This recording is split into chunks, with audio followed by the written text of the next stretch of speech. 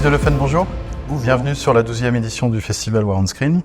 On te retrouve puisque tu étais venu l'année dernière pour présenter Les Derniers Hommes, ton dernier film qui était en compétition. Alors comme la tradition le veut, est-ce que tu peux te présenter en quelques mots?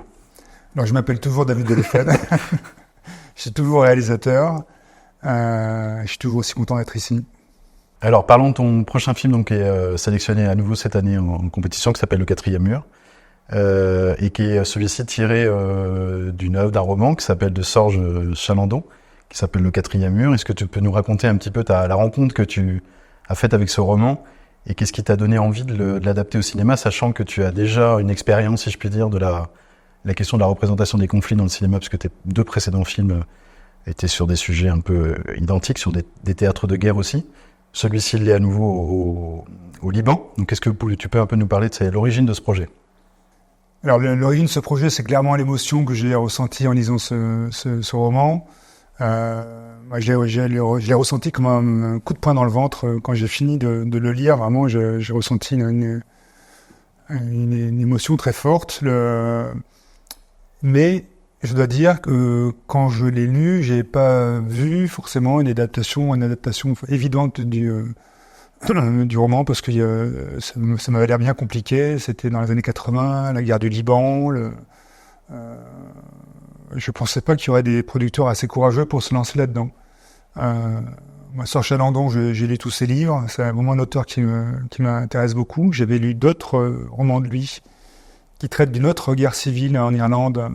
Ces romans s'appellent Mon traître et Retour à Killybegs. Et j'étais en train de me renseigner sur les droits de ces deux livres que je voulais fusionner pour faire une adaptation. Et c'était pas possible, les droits étaient pris, ou c'était compliqué. Et j'ai reçu à ce moment-là un appel de Christine Rouxel, productrice, qui venait d'acquérir les droits du Quatrième Mur et qui me le proposait. Donc à partir du moment où il y avait une productrice assez courageuse ou assez folle pour se lancer dans cette aventure, j'ai dit oui tout de suite et c'était parti. Et quel rapport t'avais avec le Liban à l'époque quand t'as lu le livre ? Alors c'est pas le rapport avec le Liban, c'était pas un pays que je connaissais qui m'a fait aimer ce livre dans un premier temps, en tout cas. C'était plutôt la question qu'il posait, ce livre, à savoir quelle est la puissance de l'art, la puissance du théâtre, du cinéma, quel est son pouvoir de transformation du réel, quelle est la place de l'artiste là-dedans. Je crois que c'est ça qui m'a fait ressentir une si forte émotion à la lecture de ce livre, qui est centré sur Georges, qui, pour le dire de façon comme ça un peu superficielle, a un projet théâtral totalement utopique, qui a pour but d'arrêter la guerre au Liban pendant 2 heures. Et non, on n'arrête pas la guerre avec une pièce de théâtre. Et le rapport au Liban est venu après, c'est-à-dire, moi je m'étais intéressé à la question palestinienne, je m'étais intéressé au Liban, je suis d'une génération qui a été adolescent dans les années 80, où on a été abreuvé d'images du Liban, de cette guerre interminable dont on ne prenait pas grand-chose, les otages, les journalistes français en otage dont on voyait les photos chaque jour après. Bon, c'était un univers qui ne m'était pas étranger, mais je ne connaissais pas le pays. Et quand j'y suis allé, effectivement, je suis tombé amoureux de ce pays qui est d'une part magnifique et qui est un endroit un peu maudit en ce moment, depuis un certain temps de la planète, mais où les gens ont une énergie, une résilience assez folle. Voilà, j'y suis retourné à partir le premier voyage, c'était en 2016-2017. Je suis retourné très souvent d'abord avant d'écrire le scénario, puis pour l'écrire, et puis avant l'explosion du port, puis après l'explosion du port, et puis en repérage. Et à chaque fois, à chaque voyage, j'ai compris et aimé un peu plus ce pays. Et comment est-ce que tu as fait pour t'approprier un peu ce roman et passer à cette question de l'adaptation d'un roman, ce qui n'est pas forcément, j'imagine, quelque chose de simple? Alors, ce qui était intéressant, là, c'est un lien avec la réponse à la question précédente, c'est ce que j'aimais bien dans ce fait de visiter ce pays que je ne connaissais pas, c'est que le roman, puis le film, adopte le point de vue de quelqu'un qui ne connaît pas le Liban. Voilà. Le film n'est pas du tout un compte-rendu ou l'explication objective ni du pays, ni de la guerre. C'est l'histoire de quelqu'un qui arrive au Liban, qui s'y est intéressé, mais qui n'y est jamais allé et qui est plein de préjugés, favorables pour certaines communautés, défavorables pour d'autres, et qui se rend compte que tout est bien plus complexe qu'il le pensait. Donc j'étais un peu, malgré tout, dans la position de ce personnage-là, et ça m'allait, en fait. Je n'aurais pas pu me lancer dans l'adaptation d'un roman si ça traitait d'un pays où le protagoniste était censé le connaître ou en être. Ne pas connaître le Liban était presque un avantage plus qu'un handicap. Et d'ailleurs, je me suis retrouvé dans une situation un peu similaire que celle que connaît Georges dans le film, à savoir l'obligation d'être guidé. Il est guidé, Georges, par Marwan, qui est un personnage qui est joué par Simon Abkarian, qui est lui-même du Liban, qui est un Arménien du Liban et qui joue ce personnage de Marwan qui dans le film est Druze et le fixeur de Georges. Simon Abkarian, moi, il m'a un peu servi de fixeur donc voilà, tout ça était assez favorable en fait pour moi à m'identifier à Georges et à faire en sorte que le film épouse le point de vue de Georges qui était un peu mon point de vue. Voilà. Le film, les enjeux de mise en scène, c'était vraiment de faire le plus possible que le spectateur ressente ce que Georges ressent.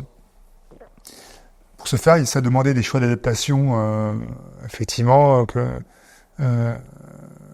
j'ai fait avec Catherine Stragan, avec qui j'ai écrit le scénario, qui consistait effectivement à se rapprocher, encore une fois, du point de vue de Georges. Il y a une première partie du roman qui doit bien prendre 100 pages, qui est plus centrée sur Sam, ou l'amitié entre Sam et Georges, Sam étant un metteur en scène juif, grec, qui imagine ce projet et qui le confie à Georges parce qu'il est malade et qu'il ne peut pas y aller jusqu'au bout de cette entreprise. Et dans le film, c'est une scène à l'hôpital, quoi. Dans le film, c'est une scène dans l'hôpital. Dans le roman, c'est toute une initiation où on traverse la gauche radicale française. Les deux font partie de la gauche prolétarienne, jusqu'à sa dissolution, etc. Et on comprend que ce sont des hommes qui ont voulu changer le monde par la politique, qui à un moment désespèrent de la politique. Il y a une grande déception au début des années 80, qui correspond à l'élection de Mitterrand en France, qui finalement, pour la gauche radicale, a été paradoxalement un coup d'arrêt. Quand la gauche arrive au pouvoir et qu'ils se rendent compte que ça ne va rien changer en profondeur, et qui se lance dans l'art, dans le théâtre, qui leurs espérances politiques, il les dirige vers des entreprises artistiques, pensant que c'est finalement l'art qui va transformer le monde. Et ça, c'est la deuxième partie du roman, avec l'émergence de ce projet théâtral à Beyrouth, et sur laquelle on s'est focalisé. Et ça demandait d'autres choix à l'intérieur de cette partie-là, pour que le film soit plus ramassé, plus cohérent, avec toujours ce mystère-là, quand on fait des adaptations, c'est que la littérature et le cinéma ne fonctionnent pas pareil. Elles dialoguent, elles se marient assez bien, mais narrativement, c'est décidément, je ne savais pas le dire exactement quelles en sont les raisons, mais non, ça ne fonctionne pas pareil. Il y a des choses qu'on peut se permettre en littérature et qu'il faut se permettre en littérature et qui ne fonctionnent pas au cinéma. Mmh. Et pour jouer ce rôle, t'as donc proposé à Laurent Lafitte de l'incarner. Est-ce que Laurent Lafitte déjà connaissait le roman quand tu lui as proposé ton projet? Non. Il n'avait pas lu le roman? Donc. Non, il n'a pas voulu le lire. D'accord. Et lui, il a cherché justement à préserver cette espèce d'innocence par rapport au Liban, d'innocence par rapport au roman, et ce qui ne nous a pas empêché de travailler, mais non, il ne connaissait pas ni le Liban, ni le roman. Ce qu'il connaissait en revanche, et ce sur quoi je me suis beaucoup appuyé, c'est le théâtre. Son expérience théâtrale, jusqu'à récemment, il était à la Comédie Française, c'était son quotidien, et en dehors de son grand talent, moi, c'est la raison pour laquelle je lui ai proposé ce rôle-là, c'est que cette expérience du théâtre qu'il a et de la mise en scène, j'espérais que ça rende ces scènes de répétition théâtrale joyeuses, dans la vie, surprenantes, parce que c'est vraiment les moments les plus positifs, les plus protégés du film. En gros, il y a un petit microcosme utopique qui est le théâtre, dont Georges et Sam espèrent que ça va donner l'exemple et que ça va quelque part un petit peu contaminer sur le plan du symbole et des idées le reste de la société. Le fait de montrer qu'on peut mettre sur scène des Druzes, des Chiites, des Sunnites, des Palestiniens, des chrétiens, et qui vont pas s'entretuer. Donc il y a l'espoir de marquer un point par rapport à la guerre, de montrer l'exemple. Et puis il y a le reste de la société qui est vraiment plongé dans la guerre. Et j'avais envie que ce petit microcosme utopique, il soit très joyeux. Jusqu'à ce que la guerre, je leur fais pas mystère, la guerre va finir par gagner, on le sait de toute façon. La guerre du Liban n'a pas été arrêtée par une pièce de théâtre. Et plutôt que ce soit ce microcosme qui déteigne sur l'ensemble de la société, c'est le contraire qui se passe assez logiquement, à savoir c'est la guerre qui va s'immiscer et qui va corrompre les relations à l'intérieur de ce petit microcosme qui va l'attaquer. En attendant, cette petite bulle, je voulais vraiment qu'elle soit dans la vie. Et des répétitions théâtrales, ça peut sur le papier faire un peu peur, ça peut être intellectuel, ça peut être théorique et froid. Et on a tout fait avec Laurent Lafitte, et moi je tire mon chapeau. Je me suis beaucoup reposé sur lui pour ces scènes-là, et les a rendues, je trouve, très, très joyeuses. Et est-ce que, quand vous êtes arrivé, vous avez commencé le tournage, est-ce que le scénario était très ficelé, bouclé, ou est-ce qu'il y a eu beaucoup d'adaptations pendant le tournage, entre vous notamment, Laurent Lafitte et toi? Alors, il était très bouclé, très ficelé, très ciselé, très écrit, sauf les répétitions théâtrales, sauf les petits moments d'interview qui ne sont pas dans le roman, mais qui sont des petites bulles où chaque personnage se présente face à un caméscope des années 80, où là c'était beaucoup plus libre. Donc c'est un mélange de trucs très ciselés pour 80% du film, je dirais l'architecture du film, et des petites bulles de liberté à l'intérieur. Et est-ce que tu peux nous dire quelques mots de l'expérience de tournage, puisque vous avez tourné à Beyrouth évidemment, ça n'a pas été simple je crois. Est-ce que tu peux nous raconter avec beaucoup de techniciens libanais? Oui. Ça a été une bonne expérience, compliquée, traumatisante? C'était une expérience très compliquée, c'était compliqué de tourner au Liban pour des raisons logistiques. D'autorisation aussi? Non, oui, il y a eu quelques problèmes d'autorisation qui ont été réglés, même des problèmes qui ont été réglés qui n'auraient pas pu être réglés en France, je pense. C'est dans les deux sens. Mais c'était plutôt le fait qu'il n'y ait pas d'État, qu'il n'y ait pas de distribution d'électricité toute la journée, qu'il n'y ait pas de distribution d'eau. Qu'on est tourné dans une ville où le fait qu'il n'y ait pas d'électricité, chaque immeuble a son groupe électrogène, ce qui crée des problèmes de son pas possible. Donc c'est compliqué logistiquement de tourner au Liban. Il n'y a pas de système bancaire. Au-delà de ça, de ces difficultés qu'on a su surmonter parce que l'équipe était principalement libanaise, donc totalement habituée à ce genre de problèmes, en les ayant anticipés. Ce qui a été difficile, c'était de voir qu'on tournait un film en 2022, c'était fin 2022, qui traite de 1982, 40 ans plus tôt, et que le passé et le présent se mélangent, qu'il y a encore tous les stigmates de la guerre, renforcés par l'explosion du port, mais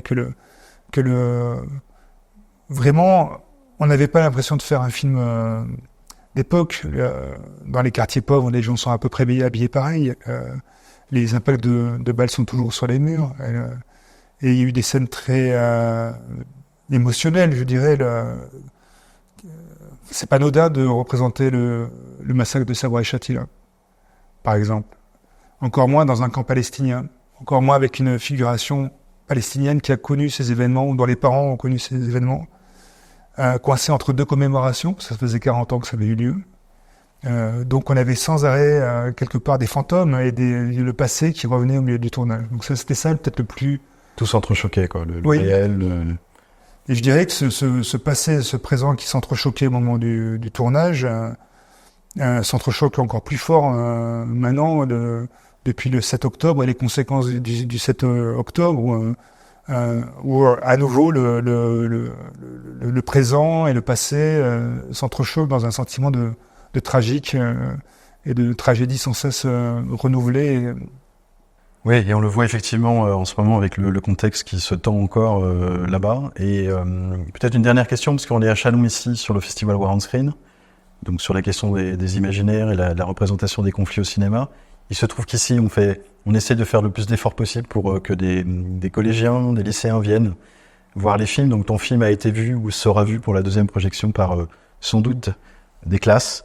Est-ce que c'est le fait de confronter ou de faire en sorte que ces publics scolaires soient confrontés à ce type de film, à ton film, avec ces messages qu'il veut sans doute peut-être un peu diffuser, si je puis dire, et est-ce que c'est quelque chose de supplémentaire pour toi, d'être présent ici?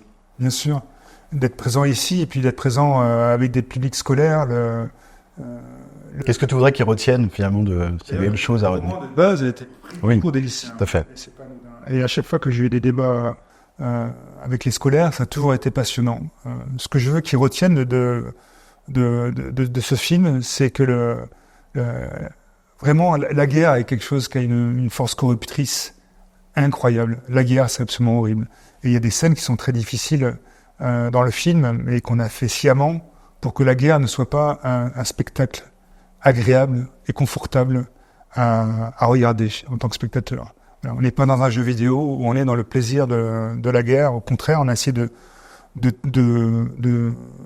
la filmer pour ce que c'est-à-dire quelque chose d'absolument effroyable.